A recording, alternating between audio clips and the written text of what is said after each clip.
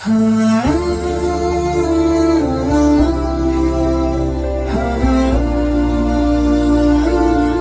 باللہ من الشیطان الرجیم، بسم اللہ الرحمن الرحیم۔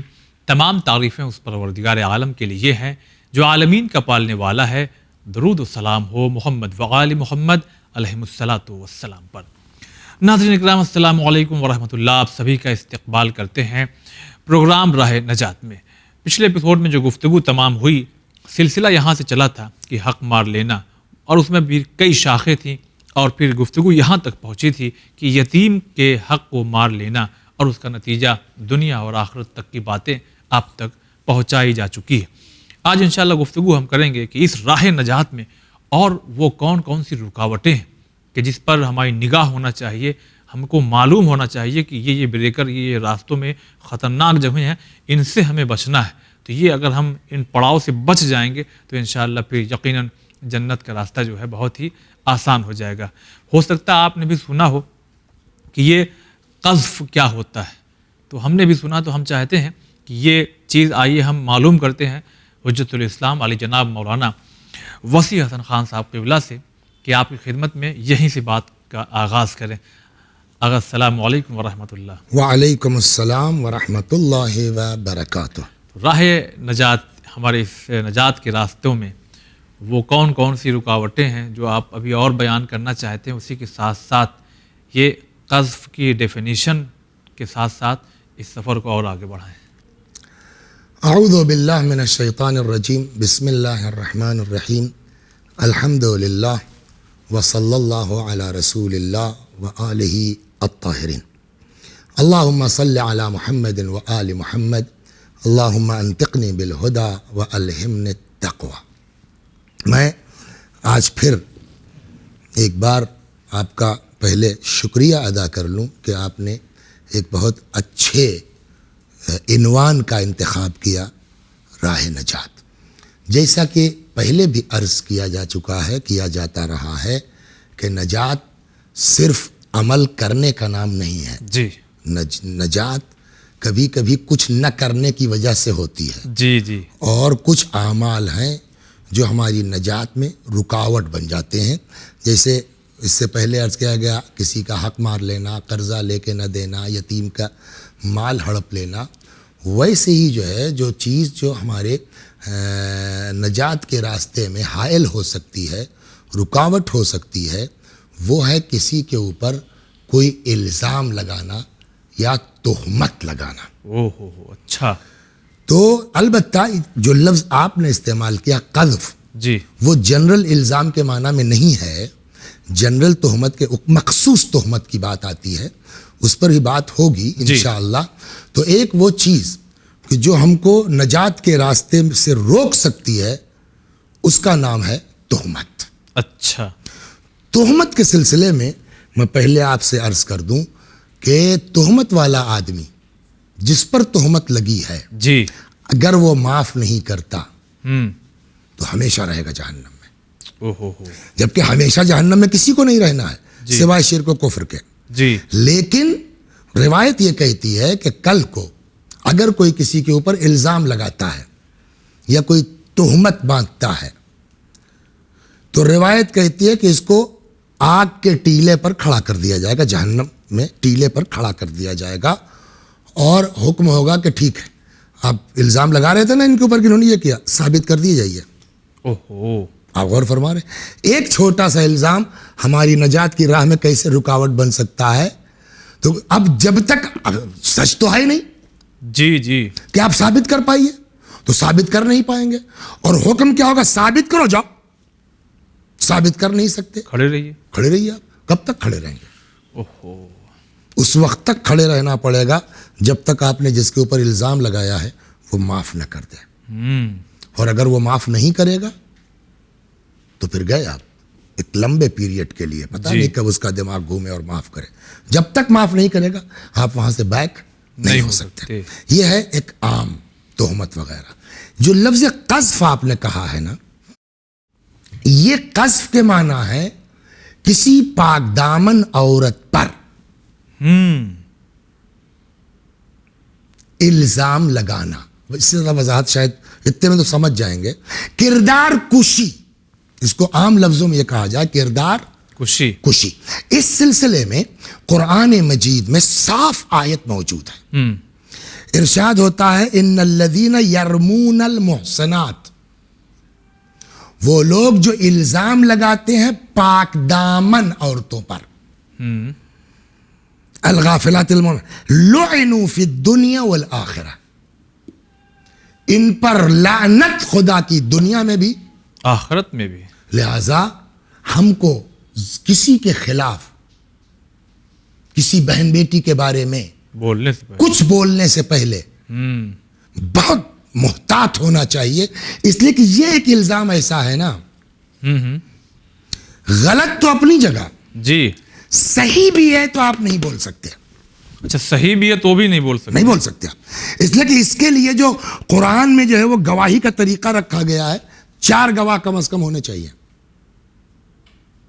جب تک 4 لوگ نہیں دیکھتے ہیں آپ بولنے کا حق نہیں رکھتے. اچھا، اوہو، وجہ کیا ہے؟ جی دیکھیے اس قانون سے ہوتا کیا ہے، ایک گناہ ہمارا ہے جی، ہم جانتے ہیں، اللہ جانتا ہے. ایک گناہ ہمارا ہے ہم جانتے ہیں، ہمارا خدا جانتا ہے.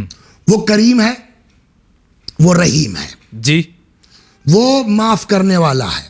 ٹھیک. وہ کہتا ہے خود لا تقنطوا من رحمت اللہ ان اللہ یغفر الذنوب جميعا، اللہ کی رحمت سے مایوس نہ ہو، ہم سب معاف کر دیں گے. جی، ہمارا گناہ ہمارا خدا جانتا ہے، ہم معاف ہو جائیں گے. دنیا سے مطلب صحیح ہے نا. اس طرح کا گناہ 4 گواہی اس لیے رکھی گئی ہے، اور اگر جو ہے وہ کوٹا پورا نہیں ہوا 4 کا، 3 لوگ ہیں، 2 لوگ ہیں، اکیلے آپ ہیں جی، تو جو الزام لگانے والے ہیں نا ان کو الٹا کوڑا پڑے گا. جبکہ آپ قسم کھاتے رہیے کہ میں نے دیکھا ہے، بھلے صحیح ہوا ہے. آپ چلاتے رہیے قسم کھاتے رہیے میں نے دیکھا ہے. 4 لوگ کو لاؤ. 4 لوگ لائیے. اوہو، کیا مطلب ہے؟ یہ دین چاہتا ہے کہ یہ سماج میں بے حیائی بڑھنے نہ پائے. کچھ ہو گیا ہے وہ اندر دبا رہے ہیں، وہ لوگ اپنے اللہ سے بات کر لیں، بات ختم ہو گئی. آپ کون ہے شور مچانے والے؟ ایک بات تو یہ ہو گئی. جی، دوسری بات یہ ہے کہ اب 4 گواہ کیوں رکھا گیا کہ اگر کوئی اتنا ہی بے حیا ہے جی، کہ ایسی جگہ یہ جرم کر رہا ہے 4 آدمی دیکھ لیں تو پھر وہ بخشنے کے لائق نہیں ہے. اللہ اس کو 100 کوڑا مارو تاکہ آئندہ ہمت نہ کرے. صحیح. تو ان دونوں چیزوں میں جو میں سمجھ رہا ہوں بنیاد جو ہے وہ یہ ہے کہ سماج میں بے حیائی پھیلنے نہ پائے. تو اس طرح کے الزام کو کہا جاتا ہے روایت کی زبان میں، دین کی زبان میں قذف. جی، قاف ذال فے. اور ہماری نجات کے راستے میں سب سے بڑی رکاوٹ ہے. اس لیے کہ جنرل تہمت کے لیے تو یہ کہا گیا نا جی کہ ان کو جو ہے تہمت لگائیں گے، ٹیلے پر آگ کی کھڑا کر دیا جائے گا. صحیح. جب تک کہ ثابت نہ کر دیں. تو یہ بھی تو ایک طرح کی تہمت ہے نا. صحیح. اگر خدا نخواستہ غلط آپ نے لگایا ہے جی، اور خالی تہمت نہیں ہے، اس میں تو اس کی آبرو بھی گئی نا. صحیح بات. اور کیا، اس کی جو ہے حیثیت بھی تو ختم کیا آپ نے نا. لہذا آئیے اس پر سناتا ہوں میں کہ وَلَيْسَتْ تَشْهَدُ الْجَوَارِحُ عَلَى مُؤْمِنٍ إِنَّمَا تَشْهَدُ عَلَى مَنْ حَقَّتْ عَلَيْهِ كَلِمَةُ الْعَذَابِ. یہ حرکتیں کریں گے آپ نا. جانتے ہیں کل کو قیامت میں کیا ہونا ہے؟ جی، قرآن کہتا ہے اليوم نختم على افواہہم، منہ پہ تالا، مہر، جی، اعضاء و جوارے بولیں گے. امام فرماتے سب کے اعضاء و جوارے نہیں بولیں گے. سب کے اعضاء و جوارے نہیں بولیں گے. اچھا. انہی کے اعضاء و جوارے بولیں گے جن کے لیے کنفرم ہے کہ عذاب ہونا، جہنم میں جانا. اس کو سمجھ گئے آپ؟ جی جی. اب اگر ہم نے کسی پر الزام لگایا ہے تو ہمارے اعضاء و جوارے بولنے کے صاحب اس نے اس کے اوپر الزام لگایا ہے. جی. دوسری جگہ ارشاد ہوتا ہے سورہ، یہ پہلی والی آیت کہاں تھی؟ سورہ نور آیت نمبر 22. یہ بھی اسی سورے میں ہے، آیت نمبر 4. آپ دیکھیں کتنی اہمیت ہے کہ ایک ہی سورے میں یہ دونوں آیتیں آپ کو دیکھیں. والذین یرمون المحصنات، جو میں نے ابھی آپ کو قانون بتایا تھا. والذین یرمون المحصنات، محسن میم ہے صاد. جی ہاں وہ محسن جو نام رکھا ہے وہ نہیں. جی والذین یرمون المحصنات وہ لوگ جو پاک دامن عورتوں پر الزام لگاتے ہیں. جی ثم لم یأتوا باربعۃ شہداء اور پھر یہ 4 گواہ پیش نہیں کر پاتے. جی فجلدوہم 80 جلد 80 کوڑا مارو ان کو. کس کو؟ یہ جو الزام لگایا مگر آپ قسم کھاتے رہیے چلاتے رہیے کہ میں نے اپنی آنکھ سے دیکھا ہے. جی تو دیکھا ہے آنکھ بند کر کے چلے کیوں نہیں گئے؟ جب تک 4 گواہ نہیں ہے آپ کی گواہی مانی نہیں جائے. اتنا سخت ہے معاملہ. ولا تقبلوا لهم شہادہ اگر 4 گواہ نہیں پیش کر پا رہے ہیں یہ قرآن کی آیت ہے. ولا تقبلوا لهم شہادہ ان کی گواہی مت مانو. واولئک هم الفاسقون ایسے لوگ کیا ہیں؟ فاسق. فاسق. نہیں سمجھے آپ؟ جی عجاب. نماز پڑھتا ہے روزے دار ہے جی جی حاجی ہے کربلائی ہے ذاکر حسین ہے. سمجھ گیا؟ سب کچھ اس کے اندر ہے اور جو بات کہہ رہا ہے وہ بھی جھوٹ نہیں ہے. دیکھا ہے اس نے اپنی آنکھ سے لیکن اکیلا تھا یا 2 لوگ تھے جی یا 3 لوگ تھے. دین کہتا ہے نا 4 لوگ. ہم نے منع کیا تھا نا کہ مت بولنا. مسئلہ یہاں ہے مت بولنا. ہم نے منع کیا تھا نا کہ مت بولنا اس کے باوجود آپ چلا رہے ہیں. لاؤ 4 لوگوں کو. 4 لوگ اولئک هم الفاسقون. قرآن کہتا ہے یہ فاسق ہو گیا ہے. اگر نہیں لا سکا. کیوں بولے آپ؟ ایسی چیزوں پر پردہ ڈالنا چاہیے. میں سناتا ہوں داستان آپ کو. جی اس کسی ذیل میں آئی ہوگی مگر یہ اس کو سنیے. مرحوم شیخ جعفر کاشف الغطاء رضوان اللہ علیہ ہمارے مراجع میں قحط پڑا. کہاں؟ عراق میں. پبلک آئی حضور حضور. بھئی عوام کس کے پاس جائیں گے؟ اپنے مرجع کے پاس جائیں گے. صحیح. یہی پناہ گاہ ہے زمانہ غیبت میں. حضور حضور. یہ کہاں جائیں؟ یہ اپنے امام کے پاس جائیں گے. جی جی آئے حرم امیر المومنین میں فریاد شروع کی گریہ شروع کیا. روتے روتے سو گئے. مولا نے کہا کہ دعا قبول ہوگی بارش نازل ہوگی مگر ایک آدمی ہے جا کے اس سے کہو وہ دعا کرے. اچھا کون؟ مولا. کہو فلاں جگہ چائے والا ڈھابے والا. جی جی سمجھ گیا؟ تو مرجع کو بھیجا جائے ایک چائے والے کے پاس. سمجھ گیا؟ یہ امام نے کہا اس سے کہو دعا کرے اللہ بارش برسائے گا. ہاں دعا قبول کر لے گا. تو اب انہوں نے شاید سوچا ہو کہ بھائی ایک چائے والا اس کا مطلب کوئی بہت اچھے اعمال ہیں اس کے. تبھی تو مولا کی نگاہ میں. تبھی تو مولا کی نگاہ میں ہے کہ مولا کہہ رہے ہیں کہ جاؤ اس سے بات کرو.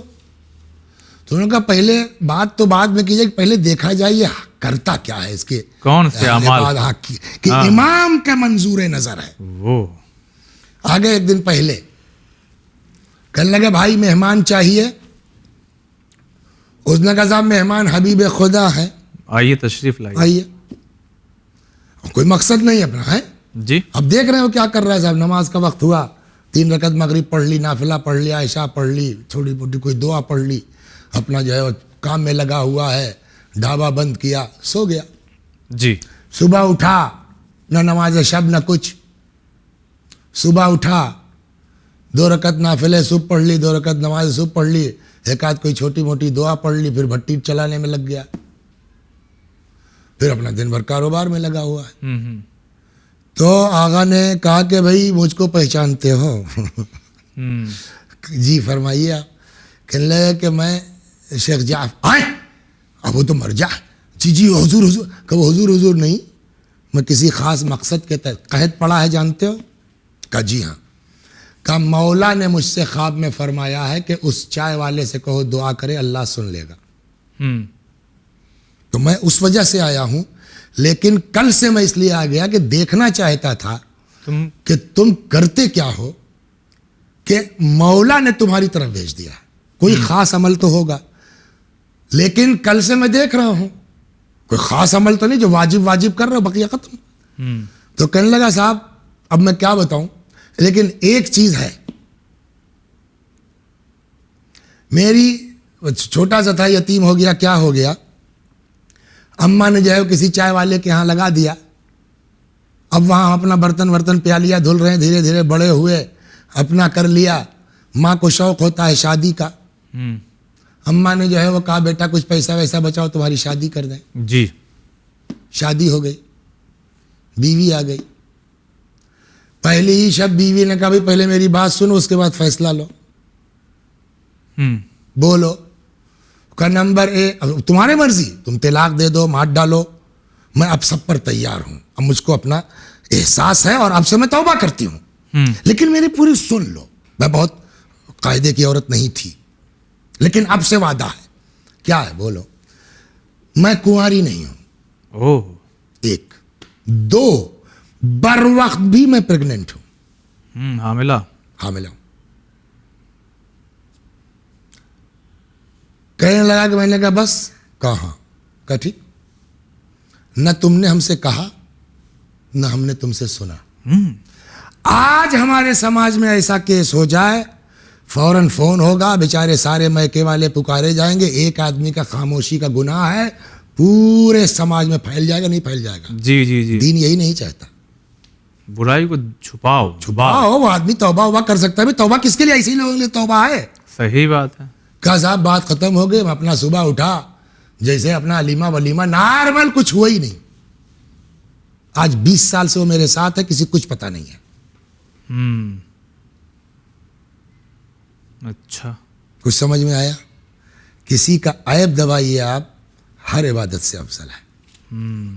دین یہی کہہ رہا, خبردار تم کون ہو شور مچانے والے. والذین یرمون المحصنات, وہ لوگ جو پاک دامن عورتوں پر الزام لگاتے ہیں, ثم لم یأتوا باربعۃ شہداء, اس کے باوجود 4 گواہ پیش نہیں کر سکتے, فجلدوہم 80 جلدہ. گواہی نہ ماننا تو بات کی بات ہے. جی. آپ آئے کیوں یہ بیان کرنے کے لیے؟ مارو اسی کوڑا, اس کو اسی کو مارو. فجلدوہم 80 جلدہ, 80 کوڑا اس کو. ولا تقبلوا لهم شہادہ, آج کے بعد سے ان کی گواہی مانی نہیں جائے گی. کیوں؟ یہ نہیں کہ یہ والی گواہی نہیں مانی جائے گی, نو, کوئی بھی نہیں. ولا تقبلوا لهم شہادت ابدا, کبھی ان کی گواہی آواز کے بعد سے مانی نہیں جائے گی. وَأُولَئِكَ هُمُ الْفَاسِقُونَ, یہ لوگ کیا ہیں؟ فاسق ہیں. اور میرے خیال میں یہ جو حکم بنایا گیا ہے نا, یہ اسی لیے کہ اگر کہیں ہوا ہے تو وہیں دبا کے رکھ دو. کب آدمی کی سمجھ میں آئے توبہ کر لے, بات ختم ہو. سماج میں یہ چیزیں پھیلنی نہیں چاہیے. جو میری سمجھ میں اس کا فلسفہ آ رہا ہے. ایک چیز تو یہ ہے, آپ نے بتایا کہ ایک یہ کہ اگر کوئی اتنا بے حیا ہے کہ 4 آدمی دیکھ رہے ہیں, وہ الگ بات ہے, پھر اس کو 100 کوڑا مارا جائے گا. جی. ایک چیز آپ نے یہ بتایا کہ سماج میں نہ پھیلے. ایک طریقہ یہ بھی ہوتا ہے, مثلا کہ آپ نے کچھ دیکھا تو سماج میں ڈھنڈورا نہ پیٹنے کے بجائے ان کے جو سینئر ہیں, گھر والے ہیں, ان کو اس نیت سے کہ بھائی ذرا سا سمجھائیے. کوئی نیت نہیں ہے. گھر والوں کو بھی نہیں پتا ہے, وہ بھی تو آدمی ہیں. جی. میں نہیں سمجھتا کہ ان کو جا کے اب اطلاع دیجیے. دیکھیے وہ دو الگ الگ چیزیں ہیں. ایک یہ کہ آپ نے کہیں ادھر ادھر دیکھا, جی, گناہ کی بات نہیں ہے, لیکن آپ کو لگا کہ یہ ٹھیک نہیں ہے. ارے بھائی جو ہے وہ آپ کا لڑکا جو ہے وہ ادھر ادھر گھومتا ہے, یا آپ کی لڑکی جو ہم نے پارک میں کسی کے ساتھ بیٹھے, یہاں تک تو آپ بول سکتے ہیں. اچھا. لیکن اصل وہ چیز ہے کہ تمہاری لڑکی نے خدا نخواستہ زنا کیا ہے, آپ کو بولنے کا حق نہیں ہے. یا 4 لوگ لاؤ, 4 لوگ لے آؤ, اور 4 لوگ بھی لا کر کے آپ سماج میں تھوڑی شور مچائیں گے بس اس سے. جی نہیں, یہ 4 لوگ بھی قاضی کے ہاں بولیں گے, دیٹس آل. اچھا. سماج میں آپ کو شور مچانے کا حق تھوڑی ہے. اب قاضی فیصلہ کرے گا, ثابت ہوا, وہ اپنا کوڑے کا حکم دے گا, تب پھر پبلکلی ہوگا, تب پبلکلی. آپ کو چلانے کا, ہم کو چلانے کا حق نہیں ہے. نہیں ہے. یہ تو ہو گیا نا. اب آئیے میں آپ کو اس سلسلے میں 1-2 روایتیں اور حدیثیں سناتا ہوں. کتنا ٹف موضوع ہے یہ. من رما محسنا او محسنتن اگر کوئی مرد یا عورت جی کے اوپر الزام لگائے وہی قذف والا زنا کا یا کچھ اور کا احبط اللہ عملہ اللہ اس کا سارا عمل ختم کر دے گا گیا یا مجلس پڑھی تھی آپ نے نا صاحب کٹ ختم جی آپ مومن کی عزت نہیں بچا سکتے آپ کون ہے بھائی نو احبط اللہ عملہ وجلدہ یوم القیامہ 70,000 ملک من بین یدیہ ومن خلفہ 70,000 فرشتے آگے سے اور پیچھے سے اس کو کوڑے ماریں گے ثم یؤمر بہ الی النار اور اس کے بعد اس الزام لگانے والے کی بات ہے جی جی جس نے جرم کیا ہے اس کا تو الگ میٹر ہے وہ توبہ کر لے شاید پاک ہو جائے صحیح سمجھ گیا یہ الزام لگانے والے کا ہے کہ 70,000 فرشتے جو ہے ایک منٹ دیکھ لیں 70 ہی تھا نا I'm sorry sir 70,000 ملک بھلے 70,000 فرشتے آگے پہ اس کو کوڑے ماریں گے ثم یؤمر بہ الی النار اور اس کے بعد ان کو کیا کیا جائے گا جہنم میں ڈال دیا جائے گا جاءت امرأۃ الی رسول اللہ ایک خاتون آئی پیغمبر کے پاس فقالت پیغمبر سے عرض کیا یا رسول اللہ انی قلت لامتی یا زانیہ رسول اللہ میں نے اپنی کنیز سے صرف اتنا کہہ دیا اے زانیہ بدکار فقال هل رأيت عليها الزنا پیغمبر نے کہا تم نے دیکھا تو اس کو یہ عمل کرتے ہوئے فقالت لا نہیں یا رسول اللہ فقال اما انها ستقاد منك يوم القیامہ تو قیامت میں تم کو جھلا دے گی تم نے اس کے اوپر الزام لگایا نا قیامت میں تم کو جھلا دے گی فرجعت الى امتها پھر وہ عورت اپنی کنیز کا بھائی نہیں معلوم تھا بیچاری کو پیغمبر نے جب کہا کہ جھیل جاؤ گی قیامت میں جا کے معافی مانگ لو یہ کہا نا 70,000 فرشتے ماریں گے کوڑا فرجعت الى امتها آئی وہ عورت اپنے کنیز کے پاس فاعتتها صوتا اس کو کوڑا دیا قالت اجلدینی مارو مجھ کو فابت الامہ کنیز نے انکار کیا فاعتقتها پھر اس عورت نے اس کو آزاد کرے گا اچھا بھیا جاؤ تم آج سے کنیز نہیں ہو ثم اتت الى النبی فاخبرت پھر آئی پیغمبر کے پاس اور اس نے کہا یا رسول اللہ میں نے جا کے کہا اس سے کہ بھئی ہم سے نکل گیا منہ سے ہم نے تم کو کہہ دیا ہے لو مار لو مجھ کو کوڑا جتنا چاہو نہیں تیار ہوئی تو ہم نے اس کو آزاد کر دیا فقال عسى ان يكون به گارنٹی نہیں لی چلو شاید اچھا اگر ایک چیز کی اجازت یعنی اس کے باوجود بھی شاید ایک بات سنیے صاحب آپ تو بڑے ذاکر ہیں صاحب آپ کا بڑا مرتبہ کہا ہے کہ مرتبہ جب زبان پہ قابو نہیں ہے وسیع صاحب آپ کو جی امام جعفر صادق علیہ الصلاۃ والسلام بہت کنٹرول کی ضرورت ہے ہم سب کو اپنی زبان پر امام صادق علیہ الصلاۃ والسلام کے ایک اس کو روایت میں دوست لکھا گیا ہے امام کا بتائیے آپ کتنا کلوز رہا ہوگا روایت کہتی ہے اکثر وہ امام کے ساتھ ہوتا تھا اتنا یعنی کلوز ہاں اور ایک دن موچیوں کی مارکیٹ سے گزر رہے تھے امام ہیں اور وہ دوست ہے پیچھے اس کا وہ تھا غلام کچھ کام آیا موڑ کے دیکھا تو نہیں دکھائی دیا اچھا آگے چلے گئے پھر 2-3 بار مڑ کے دیکھا یار کہاں چلا گیا عین وقت پر جھجلا گیا اب جب مڑ کے دیکھا تو تب تک دکھ گیا تھا تو غصہ آتا ہے نا یبن الفاعل کہاں تھا تو حرامزادے کہاں تھا تو حرامزادے یبن الفاعل اے بد کردار عورت کے بیٹے اے زانیہ کے بیٹے ہم نے اس کو شرافت میں کہہ دیا غصے میں بول دیا اس نے روایت کہتی ہے امام نے پیشانی پہ ہاتھ مارا کیا یہ کیا بک دیا تم نے مولا وہ جو ہے وہ تو مشرک ہے وہ کیا ہے کہ ہر قوم کا اپنا نکاح کا طریقہ ہے آپ کون ہے کسی کو کہنے والے سنیے آپ تشریف لے جائیے تو آج کے بعد سے ہمارے سامنے مت آئیے گا غور فرمایا آپ نے جی جی اور روایت یہ کہتی ہے کہ پھر تا حیات جو اتنا کلوز تھا امام کے پاس وہ آدمی نہیں دیکھا گیا تو یہ کسی کو اس طرح کا الزام لگا دینا معمولی چیز نہیں ہے. اگر آج کے دور میں میرا مطلب جو راہ نجات آپ کہہ رہے ہیں نا, جی آپ نماز روزہ اور حج وغیرہ کر کے بہت خوش ہیں ہم, جی جی یہ کہاں جائے گا؟ صحیح صحیح صحیح. جب امام اس وقت اس کو بھگا سکتے ہیں اتنے قریب کو, تو ہمارے لیے گارنٹی ہے؟ بالکل نہیں ہے. آگا ایک چیز جو ہے ہم اسی وقت کہنا چاہیں گے کہ آج ہمارے سماج میں اس سوشل میڈیا کے دور پہ ہم کہاں یعنی پستیوں میں جا رہے ہیں. آپ نے محسوس کیا ہوگا کسی عالم سے, کسی خطیب سے, کسی شاعر سے, کسی عام آدمی سے کوئی چھوٹی موٹی غلطی ہو گئی جان بوجھ کے یا انجانے میں, تو اب ہمارے جیسے لوگ جو ہیں سوشل میڈیا پہ اشعار کے ذریعے یا تقریر کے ذریعے یا اپنے کمنٹس کے ذریعے کہیں نہ کہیں یہ الزام لگا دیتے ہیں, ارے ان کے تو غیر حلالی. نہ غلط بات ہے, غلط بات ہے. یہ بہت سخت منزل ہے. اچھا, میں نے کیا کہا؟ اس آدمی نے ایک ہی لفظ تو کہا, این کنت یا ابن الفاعلہ, اے بدکار عورت کے اولاد, یا اے حرامزادے, سیدھے سے کہے. جی جی جی. اتنے میں امام نے نکال دیا, زندگی بھر امام کے سامنے آیا نہیں, اوہ پھٹکنے نہیں دیا. اور ہمارے منہ میں جو آتا ہے ہم کہتے ہیں. جی جی جی. خدا توفیق دے واقعاً ہم لوگوں کو.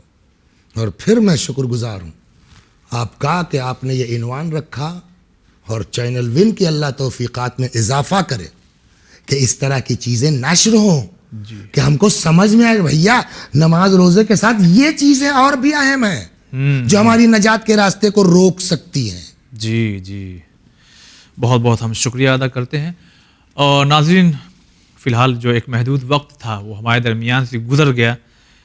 آج کا یہ ایپیسوڈ جو ہمیں اس نتیجے پر پہنچا رہا ہے کہ غصہ لاکھ ہو مگر اپنی زبان پہ کنٹرول, کیونکہ یہ جو بات آغا نے پیش کی ہے, سماج میں ہم بھی رہتے ہیں, آپ بھی رہتے ہیں, ہم ایک ساتھ رہتے ہیں, ہم لوگ محسوس کیا ہوگا, آپ نے بھی, ہم نے بھی, کہ غصے کی حالت میں اکثر کبھی کبھی ایسا کچھ لوگ بول جاتے ہیں جو آغا نے بھی حدیث سنائی ہے.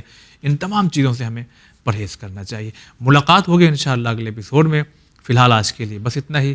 السلام علیکم ورحمۃ اللہ.